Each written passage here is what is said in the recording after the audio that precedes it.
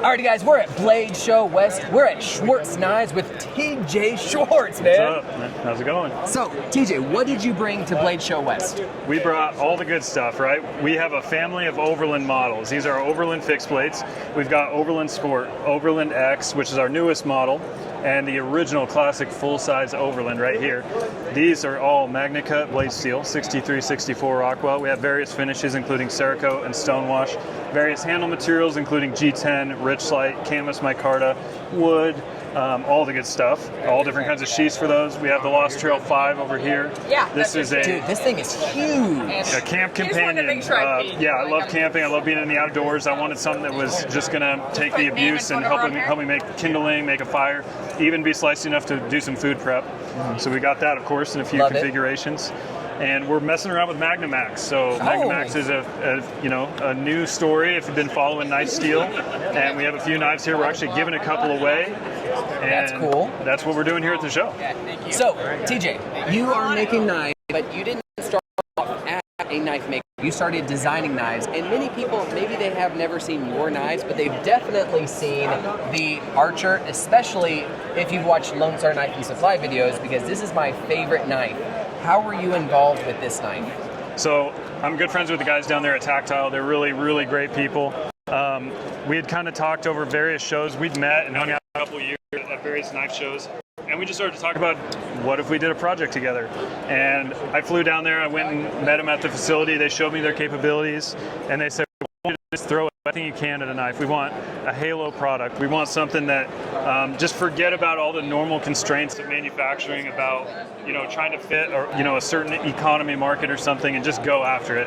So I went after it on that knife and I made it hard for them to make, which they asked for, and they ended up pulling it off. And so we have the Tactile Archer. Well, I think it says a lot. Tactile works with a lot of makers, and the fact that you are the one who designed their highest end, most difficult knife to make, I think it speaks a lot to their faith in your designs.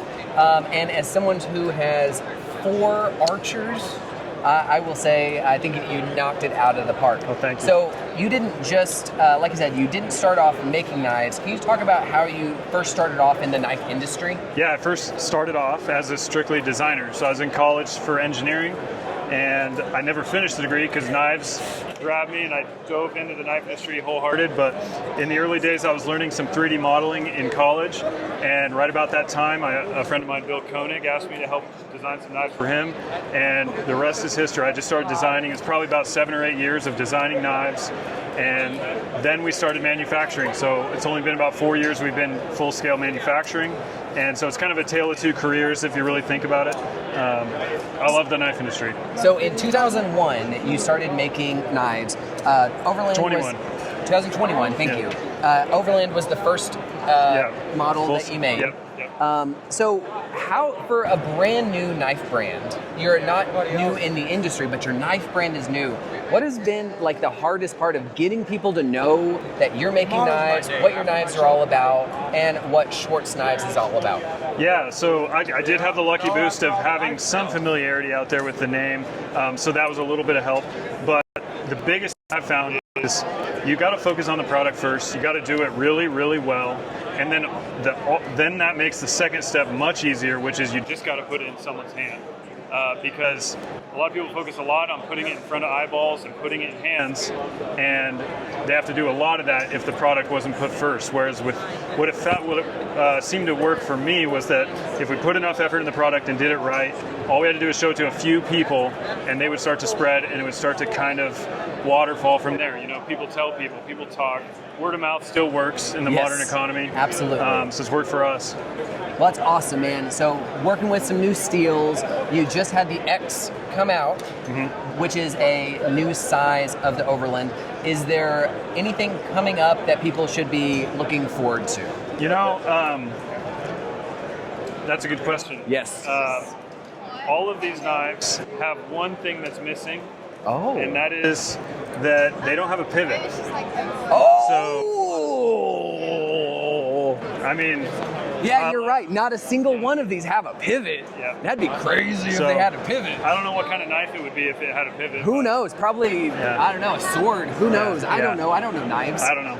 Well, But- TJ, if people want to buy one of your knives, where should they go? So our website, schwarzknives.com, spelled SCHWARZ, and we have a weekly drop where we do unique combinations, but we also take custom orders any day of the week. And the custom order offers like 9 different handle scales, 4 or 5 different blade finishes, all kinds of things. So there's a lot of ways, but go to schwarzknives.com and it should make sense there. And socials? Which socials should folks follow you on? Yeah, so Instagram is knife.designer. And I don't use a whole lot of others. I do have a YouTube account, channel, TJ Schwartz on there. Yeah. We put some behind the scenes stuff. Want to post more of that. But Awesome. That's where we're Hey, at. thank you, TJ. Hey, thank you. Appreciate it.